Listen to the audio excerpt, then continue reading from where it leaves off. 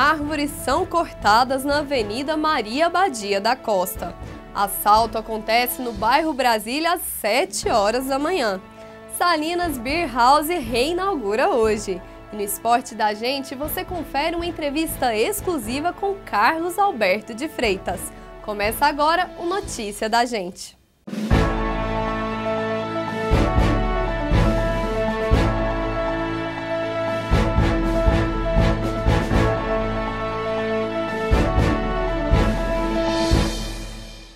Hoje pela manhã, a Avenida Maria Badia da Costa foi palco de um assalto à mão armada.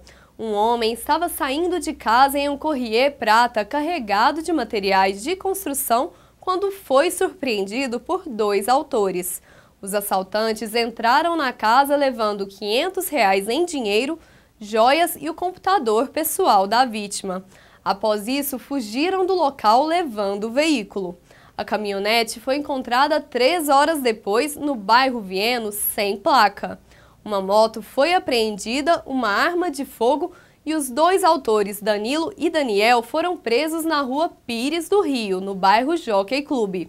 Junto com a caminhonete foram encontrados os materiais de construção. Até o fechamento do jornal, a Polícia Militar ainda estava investigando o caso. E com esse calor, ao vermos árvores cortadas, já começamos a questionar o motivo. Muitas vezes elas foram removidas por problemas que não conseguimos enxergar a olho nu. A Ficus benjamin é uma espécie imprópria para ser plantada próximo a ruas e avenidas. Isso porque a raiz dela cresce muito e está sempre em busca de água. Quando não encontra, elas podem chegar a atingir os canos da cidade. Com o desenvolvimento da árvore, as raízes agressivas acabam provocando grandes danos às estruturas e tubulações subterrâneas. As árvores na Avenida Maria da Badia ainda eram jovens, mas já estavam causando transtorno aos moradores. Árvores como essa tiveram que ser removidas pela prefeitura. Isso porque, segundo a Secretaria do Meio Ambiente, elas estavam atrapalhando o sistema hídrico e de esgoto de algumas dessas casas. Quando voltar o período da chuva, novas espécies serão plantadas. Todas as árvores da Maria Badia da Costa, elas foram retiradas a princípio porque teve uma solicitação de um dos moradores que nos chamou, nós fomos até a residência e constatamos que dentro do vaso sanitário dele, as raízes da árvore que estava localizada, porque não tinha nenhuma outra árvore nem na calçada dele, nem em outro lugar, estavam saindo de dentro do vaso sanitário dele. Então, diante dessa constatação, e como nós já sabemos que a espécie no caso, que é a Ficus benjamina, ela tem um sistema radicular muito agressivo e ela sempre, o sistema radicular, ele vai em direção à rede de água ou de esgoto por causa da necessidade de água que a espécie tem. Então, diante disso, nós fizemos o parecer, como também nós já temos uma lei no município que prevê a retirada de todas as árvores dessa espécie, devido a todos os estudos que existem comprovando os seus danos, até 2017, então nós já, nesse caso, como já foi constatado o dano, nós já optamos por fazer, no caso, a substituição, porque nós vamos fazer retirada, né, e na estação chuvosa nós já vamos efetuar o plantio. Uma lei municipal aprovada no ano passado proíbe o plantio de árvores dessa espécie. Também está na mesma norma que todas as ficus devem ser removidas até 2017.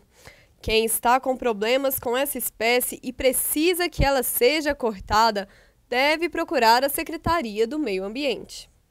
Bom, a pessoa ela tem duas opções, ou ela pode fazer um contato diretamente com a Secretaria de Meio Ambiente, solicitando uma vistoria, caso ela tenha o dano, como o caso do morador, né, que tinha o dano dentro do vaso sanitário, então ele mostrou para a gente. Agora, se for uma hipótese, uma suspeita que demande um pouco mais de investigação, é um pouco mais demorado o procedimento. Mas se ele tiver como constatar, ele pode nos chamar, e nos chamando a gente vai, faz a vistoria, faz o laudo, parecer e já solicita a supressão pela Secretaria de Serviços Urbanos.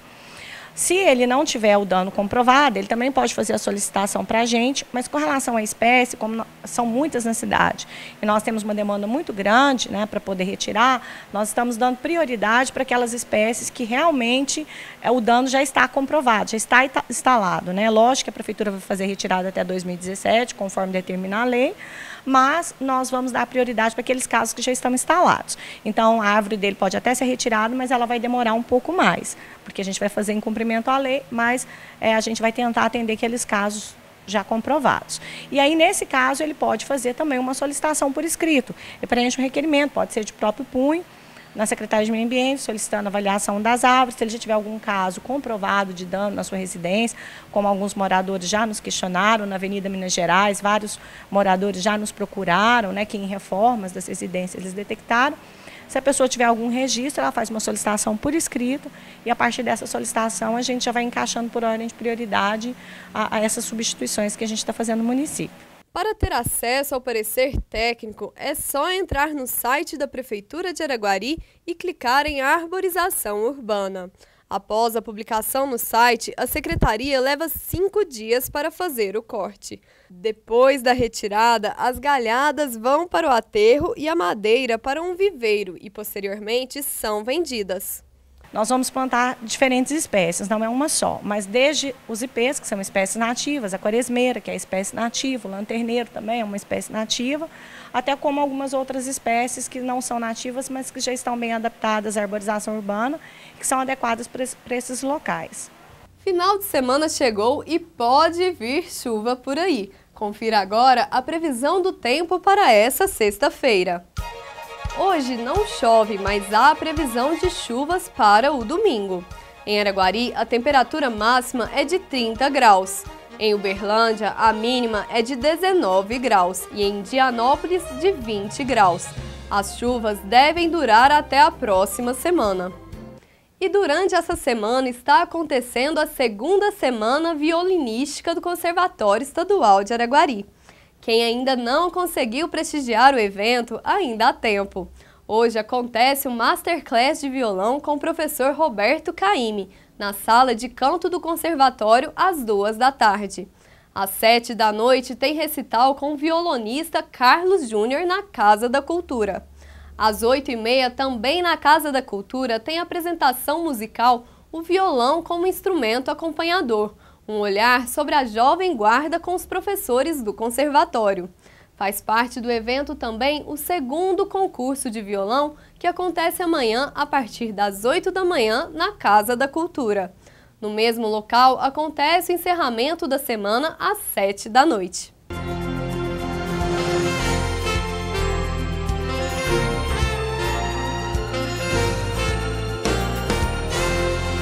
Hoje a Agenda Cultural trouxe um convidado aqui para o estúdio para falar sobre a reinauguração do Salinas. Estou aqui com o Ked, que vai tocar hoje com o Magribas e o De La Mancha. A que horas que começa o evento, Ked? Começa a partir das 9 horas. Quem for lá vai ouvir um pouco do estilo musical de vocês. O que vocês costumam tocar? É um som bem eclético, desde jazz, MPB, a rock internacional, nacional, então é um gosto que agrada a todo mundo. E como que é estar reinaugurando o Salinas, que já existe na cidade há mais de 10 anos? É uma honra muito grande pra gente estar podendo fazer esse som lá, na reinauguração do Salinas. E eu espero que agrade todo mundo e a gente possa voltar a contemplar lugares assim que é histórico para Araguari. Você gostaria de fazer um convite para que as pessoas possam estar lá prestigiando a apresentação de vocês? Eu gostaria de convidar todo mundo que gosta de um som bacana, tranquilo, bem eclético, que agrada a todos os gostos e que possa estar indo lá prestigiar a gente, que eu acho que não vai se arrepender. Então fica o convite para o evento que acontece hoje no Salinas, que volta a abrir as portas às 9 da noite. E no próximo bloco você confere uma entrevista exclusiva que o João Carlos trouxe ao estúdio. Vejo vocês após o intervalo.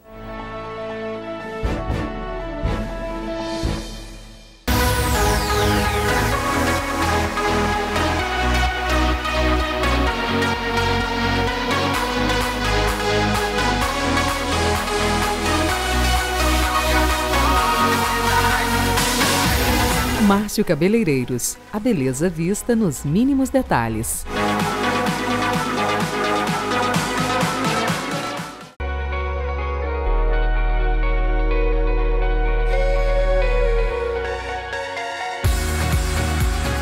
Estar bem vestido é uma questão de estilo. Urbanos, tudo para você andar sempre na moda.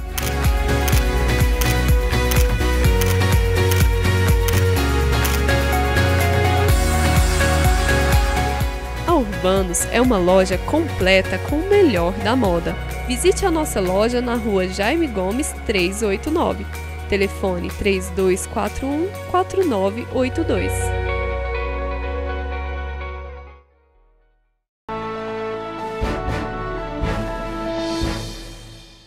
Hoje no estúdio contamos com a presença de Carlos Alberto de Freitas. Ele vai falar para a gente sobre esporte. É com você, João.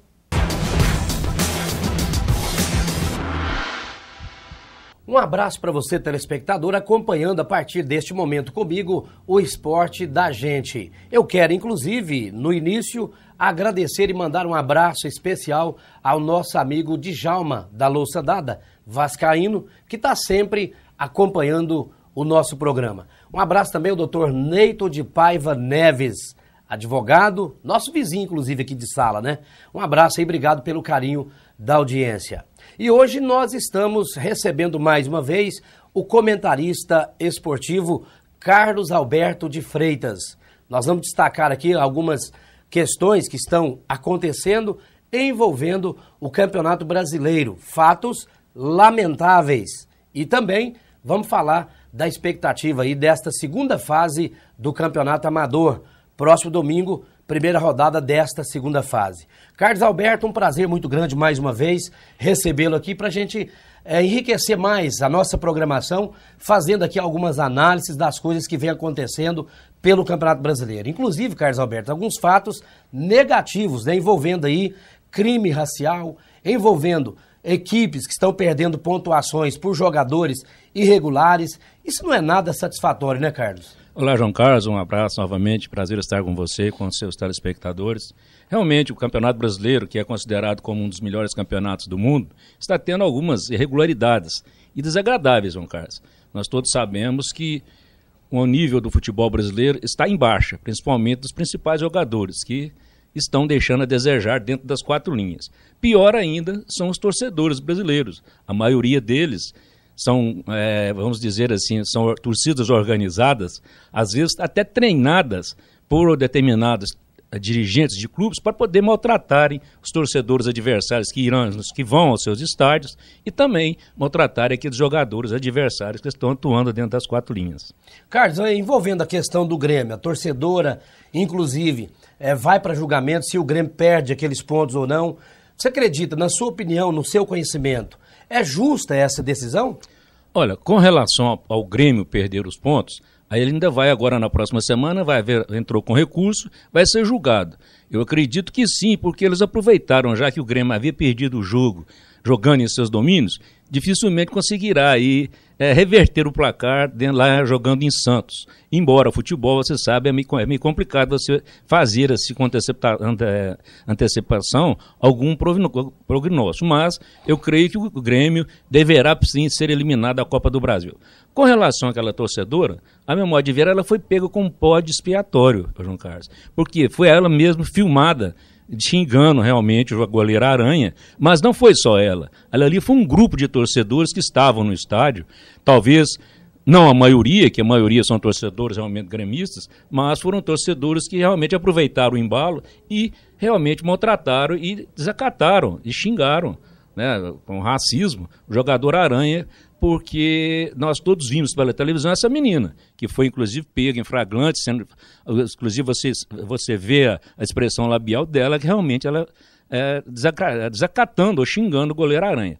Mas eu creio que tem muita gente envolvida nesse processo de problema de racismo, não só com o pessoal do Grêmio, João Carlos, mas eu acho que no Brasil todo existe isso. Inclusive ontem nós tivemos o jogo do Santos contra o Grêmio pelo Campeonato Brasileiro.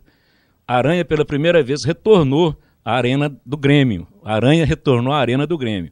E, durante todo o jogo, os 90 minutos, eu tive a oportunidade de assistir o jogo. Todas as vezes que a bola, o que ele estava de posse da bola, ou fazia defesa, ou batia tiro de meta, ele era vaiado. Durante todo o tempo. Após o jogo, ele foi questionado por repórteres, não só gaúchos, mas praticamente todo o Brasil, porque chamou a atenção, e ele foi muito feliz em dizer o seguinte: as vaias, você acha que foi porque eu estava jogando ou tinha alguma relação com o problema anterior? Então deu-se a entender que realmente existe, principalmente lá no Rio Grande do Sul, algum grupo de torcedores que realmente são aí racistas, João Carlos. Agora, isso tem como punir, Carlos Alberto? Já que foi uma vaia, não foi diretamente ali algum nome citado? Algum apelido ou qualquer coisa? Nesse caso de ontem, não. Você pode aplaudir como pode vaiar os torcedores. Agora, aquela menina, como foi pega falando, xingando o nome realmente do Aranha, aí sim, ela pode receber alguma punição antissocial, alguma coisa, ela vai ser punida para servir de exemplo. Mas eu creio que deveria, pelo que nós vimos falar, ter uma punição maior, não só aquela garota, mas todo mundo que tem o problema de racismo. As leis existem, porém elas não são cumpridas. Você acredita que, juntamente com ela ali, naquele dia ela entrou no clima, então outras pessoas também deveriam ser punidas como ela mesma? Olha, não está sendo justo. Não está sendo justo. Por quê? Porque não foi só ela. Nós vimos, ouvimos, e logo no dia seguinte os canais de televisão todos mostraram, não foi só ela xingando, foi um coro de torcedores. Agora, há de se ressaltar que a torcida do Grêmio, em modo geral, todos eles são todos torcedores da equipe gremista. Aquele grupo que vaiou a Aranha, ou por venturas tenha vaiado outros jogadores, são grupos aí, talvez, aí, mal informados, ou pode existir, como alguém quis alegar, inclusive advogados de defesa, João Carlos, que aquilo ali foi no ápice do jogo, o time já estava perdendo de 2-0, torcedores fanáticos, então inventaram, ou vamos dizer assim, começaram a xingar o Aranha como poderia ser qualquer outro. Então, realmente, foram muito infelizes aqueles torcedores naquela noite, lá na arena do Grêmio. Carlos Alberto, ainda dentro do Campeonato Brasileiro, duas situações. Corinthians, né, que vai para julgamento, e a situação do América, que é ainda mais complicada. Como que duas equipes grandes, né, principalmente a equipe do Corinthians, tem ali um departamento jurídico, entra com jogador irregular? Como é que você vê essa situação, Carlos? O problema é o seguinte, João Carlos, só concluindo com relação ao racismo, há de se ver que o Ronaldinho Gaúcho foi para o México agora jogar numa equipe mexicana. E um governante importante do México o chamou também com problema lá de racismo. Agora, essa semana, tivemos esse problema no México. Então, o negócio não é só no Brasil. O negócio estende-se por todo o mundo. Com relação agora aos jogadores irregulares, eu julgo isso muito falta de responsabilidade, principalmente para os diretores de futebol. O departamento jurídico nem sempre acompanha o dia a dia de uma equipe, de um treinador, do jogador. Mas o diretor de futebol que está ali, o supervisor, ele é obrigado a saber quem pode jogar e quem não pode. Se você olhar a CBF, existem milhares e milhares de jogadores inscritos. E não existe pessoas para poder olhar se João Carlos pode jogar, se Carlos pode jogar, se outros jogadores têm condições ou não. Isso é por parte do próprio dirigente da equipe. E houve falha, ao meu modo de ver, de dirigentes do América, e agora existe o jogador, assim me parece, Martilúcio, da equipe do Corinthians também, que está com um problema vai ser julgado agora o Corinthians por ter jogado também irregularmente. Agora, o América já foi punido, perdeu 21 pontos, deve recorrer, deve ser julgado agora no Tribunal Pleno, mas eu acho que, pelo que existe, pela denúncia feita e pelo que apuraram, realmente dificilmente a equipe do América conseguirá reaver esses pontos, João Carlos. É uma tragédia para uma equipe que, inclusive, estava classificada entre os 4 do campeonato nacional do módulo B. O Corinthians já é um caso que a gente tem que ver o que é realmente, se tem condições, se tem razão ou não, esse jogador que eles estão querendo julgar também por não estar em condições normais de jogo. Vamos aguardar. Bom, lembrando que o Campeonato Brasileiro, o Cruzeiro voltou aí a abrir 7 pontos de vantagem sobre a equipe do São Paulo, que é a segunda colocada. E vamos falar agora, Carlos Alberto, do Campeonato Amador. Os campeonatos da nossa cidade, Campeonato Interbairros, Campeonato Amador, que tem aí a sua segunda fase, primeira rodada acontecendo aí já no próximo domingo. Como é que você analisa essa primeira fase e agora a expectativa aí para esses jogos da segunda fase do Amadorão? Olha, João Carlos, o Campeonato Amador nosso realmente está vamos dizer assim, de vento em popa, muito, muito bem disputado. Essa primeira fase, nos quais nós tínhamos 13 equipes, agora classificaram-se 8. Então, deverá começar no próximo domingo, dia 21, a segunda fase. 8 equipes, dessas 8 classificarão 4. Eu creio que vai ser muito bem disputado. As equipes se prepararam, existem 3 ou 4 equipes bem preparadas, com plantéis, vamos dizer assim, superiores a alguns. Eu digo isso porque a gente acompanhou de perto praticamente quase todo o campeonato, quase todos os jogos acontecidos aqui na cidade de Araguari. Então eu creio que a partir do domingo, quem errar menos poderá passar para as semifinais.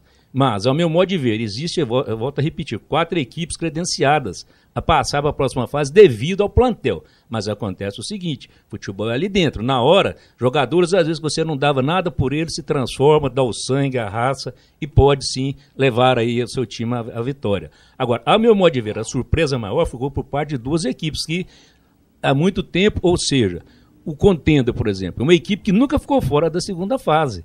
E você vê o nível do campeonato amador esse ano, o Contender todo poderoso, com jogadores, diretoria espetacular, treinador, não conseguiu classificar entre os 8. E a equipe do Brasília, que foi vice-campeã da Copa Araguari agora recente, também não se classificou.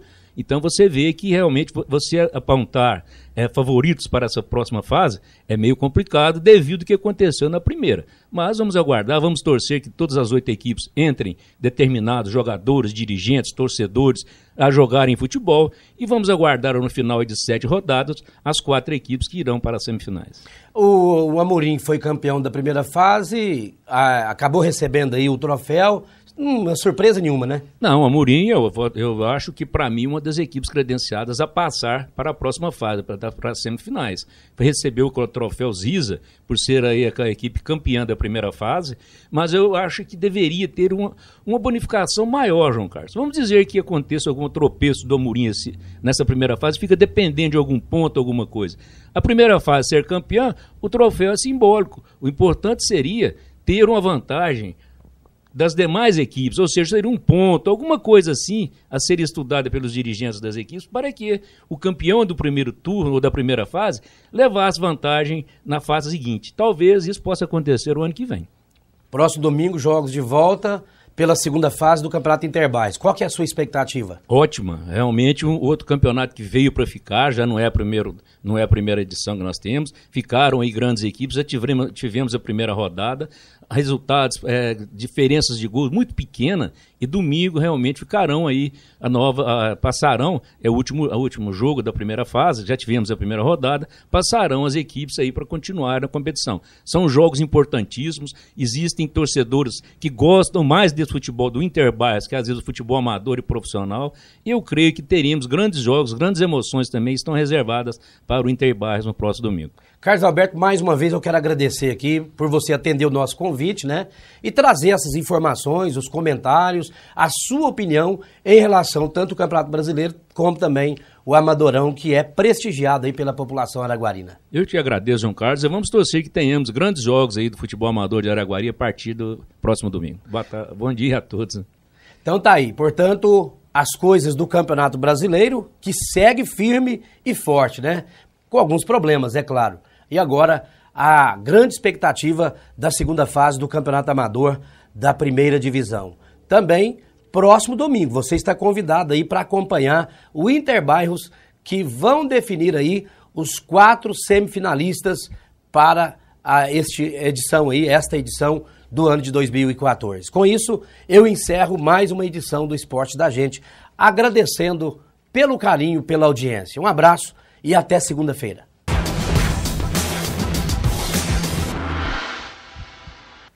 Desejamos a você um bom final de semana. O Notícia da Gente fica por aqui. Se você tem alguma sugestão de pauta para o nosso jornal, envie um e-mail para noticia@canaldagente.com.br.